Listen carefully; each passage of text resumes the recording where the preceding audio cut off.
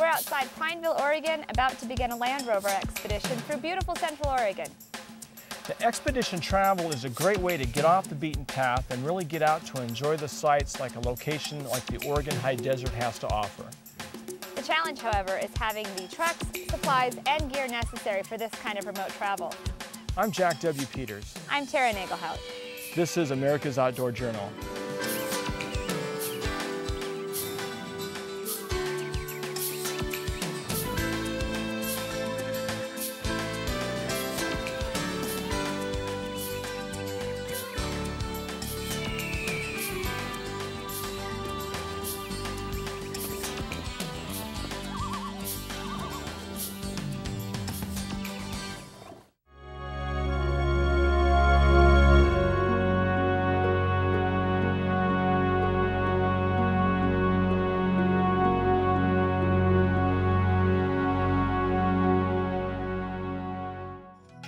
We start our expedition by meeting in the town of Pineville, northeast of Bend, Oregon.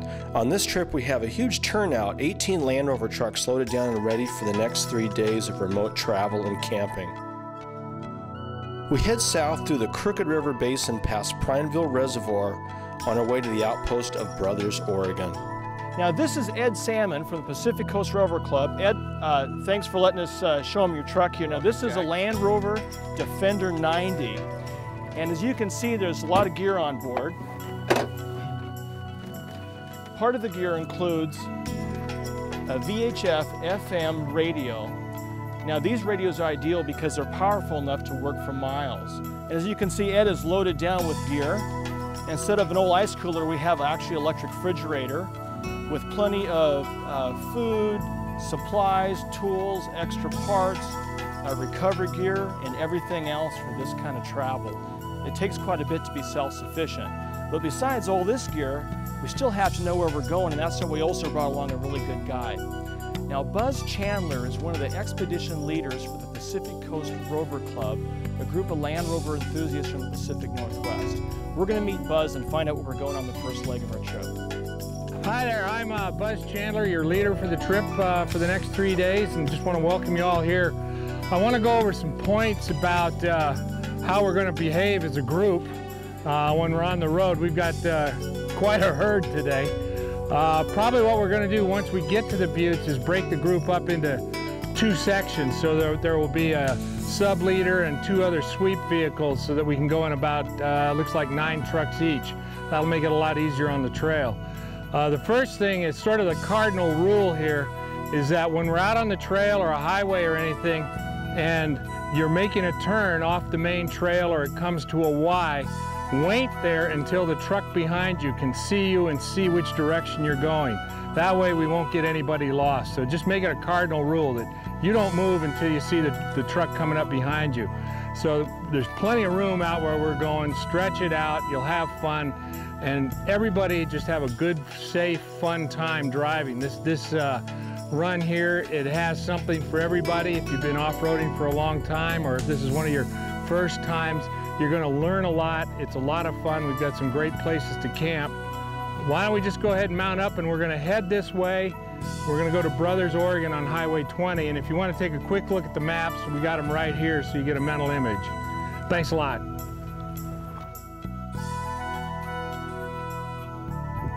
We're on the first leg of our trip in the Glass Buttes Cinder Cones. And this is really quite a unique area because as you're driving through here, you see sheets of what appears to be broken glass. And it actually is obsidian. Now, ancient tribes up and down the West Coast came to this area of Oregon to get their obsidian. And this particular glass has been found in archaeological digs as far east as Ohio.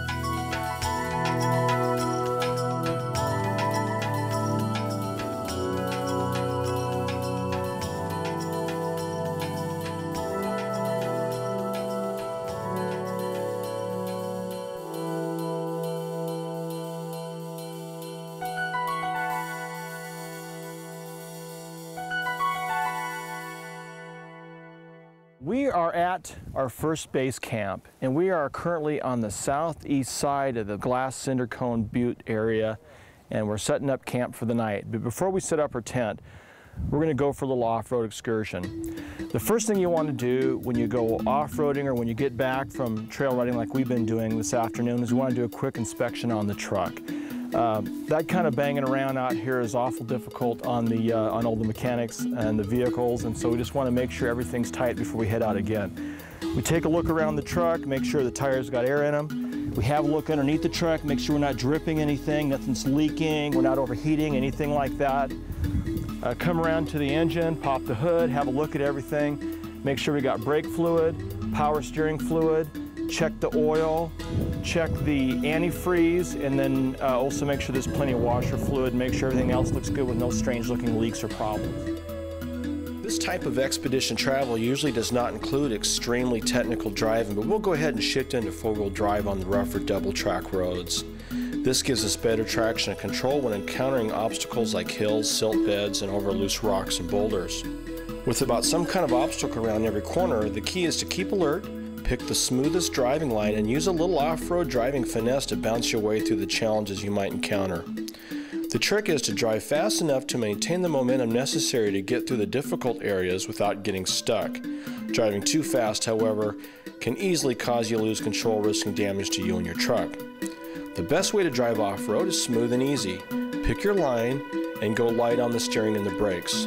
Use your engine's compression to reduce your speed and mind your ground clearance as you maneuver around obstacles like boulders and logs. We want to tread lightly, not wanting to tear up the trail or our trucks. After enjoying the sunrise and breakfast, we break camp and head along Stoffler Ridge on the way to the Lost Forest. Now, the Lost Forest is a unique ponderosa pine forest surrounded by desert sand.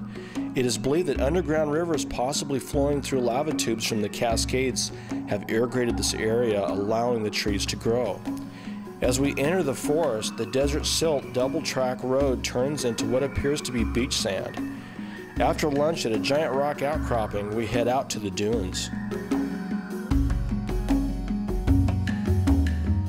Driving in the sand dunes, whether on the beach or in the middle of the desert, is great fun. The wide open areas are fun to explore. You just have to remember to keep enough throttle to keep from getting stuck. There's about 10 miles of shifting sand dunes. It looks a bit more like the Sahara than Oregon. Definitely a strange sight out here. The sand is actually made up from volcanic ash and is believed to be deposited by an eruption of Crater Lake about 7,000 years ago. Many other ATV and off-road enthusiasts also come to enjoy this area, so you really have to keep an eye open when coming over the top of hills and around corners. When it comes to travel planning, once you decide where you want to go, you have to consider the special conditions and the gear that's required for that location. Really, the best way to travel in remote areas is exactly what we're doing here. We're going with a group of people that have done the similar trip or the same trip. They know where they're going and they know what to bring. That's really the best way to do this thing. And then when you're preparing to go, make sure you use a list. Talk with others to make sure you're bringing the right gear, not too much, not enough, and make a list and stick with it so you're not going to forget anything, because there's not too many quick marks out here to drop in and get something you might have left behind. So remember, if you need something, make sure you bring it with you. Last but not least, use a travel itinerary. Let somebody know where you're going and when you're expected to return. In the event that you get lost or something goes wrong, this information can save valuable time for somebody to come and find you. Know your truck's limits. A stock truck can do well if driven and cared for properly, but expedition trucks, well, they're more built than bought.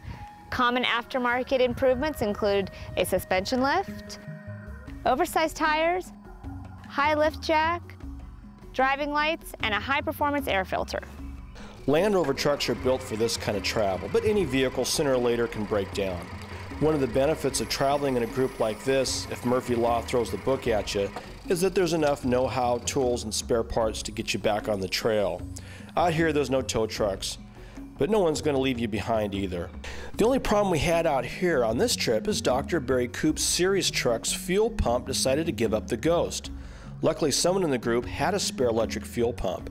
A few miles later, however, it quit working too. The guys put their heads together for some great backcountry engineering. It's overcoming these challenges that really makes a trip like this rewarding.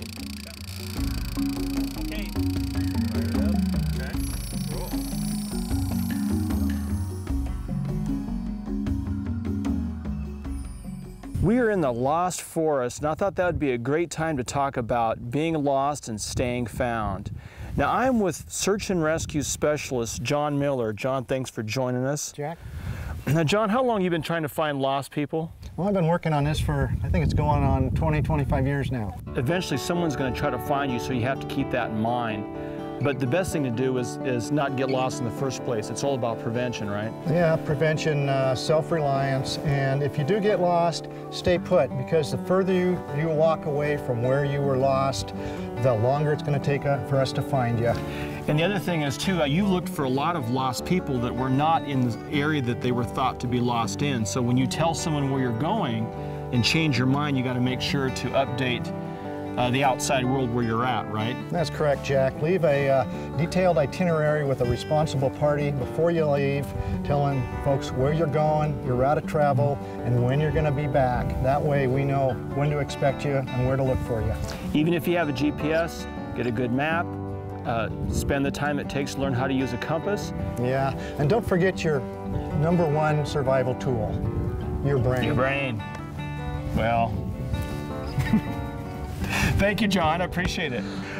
We're here on the Discovery Trail Glass Buttes trip for the Pacific Coast Rover Club. I'm Buzz Chandler, the team sort of leader. And this is a great trip that we do every year. Part of the route is on the Backcountry Discovery Trail. It runs from the California border to the Washington border. Some of it's very primitive trail, and we started out yesterday on the Glass Buttes and climbed to 6,000 feet at the top of the buttes, came back down, camped overnight on the shoulder. Today we've been running across some ancient lava fields, dry lake beds, and high desert where we're going on very, very primitive roads. Some of them were originally wagon trails. And it's sort of what we call a rock and roll event, because a lot of embedded rocks in the trail. You get bounced all over. You've got to have a truck that's really trail ready. But this is a good trip with a lot of people along, where people who are experienced off-road and those who are going for the first time can work together. They all learn.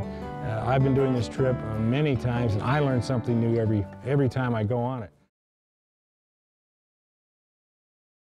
We've made our way back to camp, but before it's time to relax, there's still work to be done. We have to unpack, pitch tents, and get ready to cook dinner.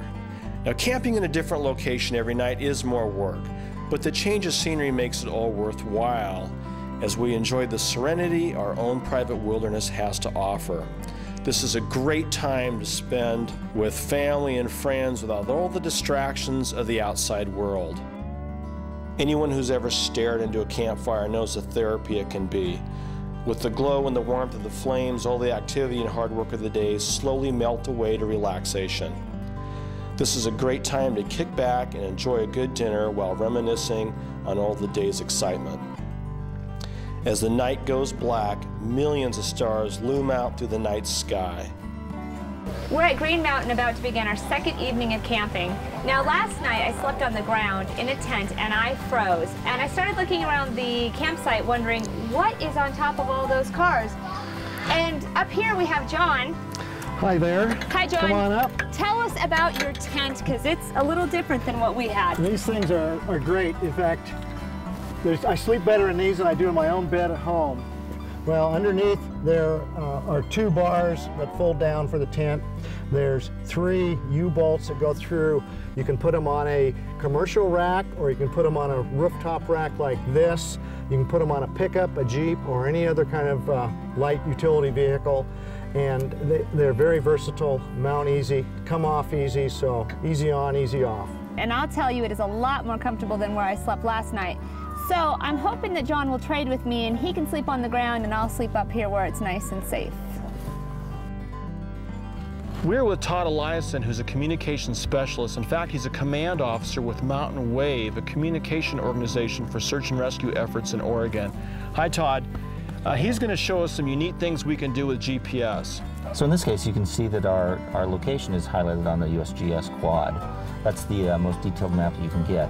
The software already has all of that loaded in, so we can see our exact position at the campground here on Green Mountain. Ed Sandman is a real Land Rover and off-road enthusiast. We caught up with him on the trail to learn more about this expedition. There's a core of us that are really active, that are on the bulk of these trips. I don't think anyone makes every one of them, but that comprises probably about half the group on an average trip, and then you get the mix of people who haven't been on a trip before. So there's always people wanting to learn what we do. There's a few of us that are very active and on most events, and there's always new people joining us, wanting to learn what we do, learn from our experiences and find new areas. So we get about 50% new people on every trip, and the social aspects are really fun. On the trail, helping each other out, and around the campfire at night. I like the adventure of coming out with friends in our off-road vehicles and exploring the real remote parts of Oregon. Oregon is blessed with an abundance of BLM land and just hundreds and hundreds of miles of double-track trails that are open to use at any time.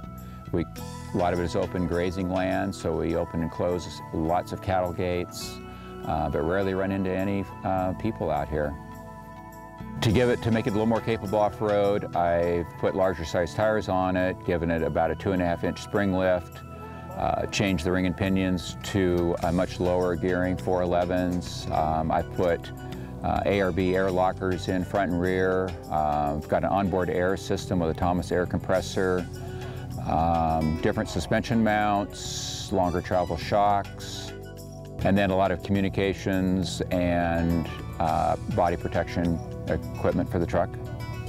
When we're off-roading, first of all, you want to watch out for your equipment and for your vehicle and take it easy, slow as possible, but as fast as necessary to maintain momentum. You don't want to use too much throttle. Just take it easy and watch the equipment because it has to get you home. Well, I like a vehicle that's set up that can be used for expeditions as well as more technical trails. My vehicle is not a rock crawling vehicle, but it does allow me to drive from Portland and several hundred miles to a trailhead without having to trailer it. It's fairly comfortable on the highway, but it's extremely capable once I get it off-road. Well, the first rule of coming out here on one of our long expeditions is never travel alone. Obviously, you need a vehicle that's well prepared, proper recovery equipment, first aid equipment, and knowledge to use those things. But again, the first most important rule is never travel alone. Too many things can go wrong out here, and you definitely need help with very little cell phone coverage. So